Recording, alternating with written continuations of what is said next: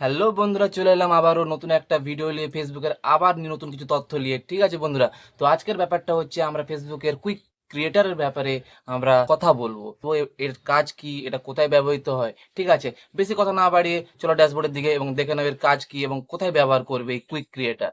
তো বন্ধুরা, চলে এলাম আমার প্রোফাইলের প্রফেশনাল ড্যাশবোর্ডে। ঠিক আছে, ড্যাশবোর্ডে তোমরা চলে এসে নিচে দিকে স্ক্রোল করলে এখানে তোমরা টুলস অপশন দেখতে পাবে। এই টুলস অপশনে তোমরা ক্লিক করো। ক্লিক করলে এরকম অ্যাপ্লিকেশন চলে আসবে যেখানে লেখা আছে মনিটাইজেশন এঙ্গেজমেন্ট। ঠিক আছে, তো এঙ্গেজমেন্টের নিচের দিকে তোমরা একটু স্ক্রোল করে দেখতে পাবে এখানে কুইক ক্রিয়েট বলে লেখা আছে। এই যে কুইক ক্রিয়েট, এই কুইক ক্রিয়েটে তোমরা ট্যাপ করো। এই ট্যাপ করলে এখানে আরেকটা অপশান খুলে যাবে। এখানে এখানে নিচের দিকে তোমরা স্ক্রোল করলে দেখতে পাবে যে রিলস টেমপ্লেট লেখা আছে। এই রিলস টেমপ্লেটের কাজ কি?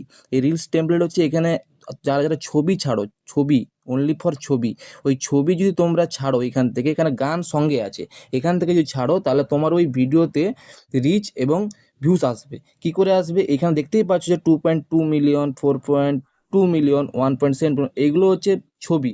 এই ছবি এত ভিউস এসছে। কি করে এসছে? না, এখানে এই ছবির সঙ্গে গান আছে, ওই গানের যে ভিউয়ার্সরা তো এতটা ভিউ এতটা আনে এই গানগুলোতে। তো তোমরা যদি এখান থেকে তোমরা ছাড়ো তাহলে তোমাদেরও ভিউজ বাড়তে পারে। এটা ফেসবুক নিজে থেকে রেফার করছে তোমাদেরকে। ঠিক আছে, এই কুইক ক্রিয়েটের মাধ্যমে ফেসবুকের নতুন অপশান এসছে। তো বন্ধুরা, আশা করি তোমরা কুইক ক্রিয়েটের কাজ কি এবং কোথায় ব্যবহার হবে সব বুঝে গেছো। তো দেখা হচ্ছে নেক্সট ভিডিওতে ফেসবুকের কোনো তথ্য নিয়ে, ফেসবুকের কোনো টিপস নিয়ে।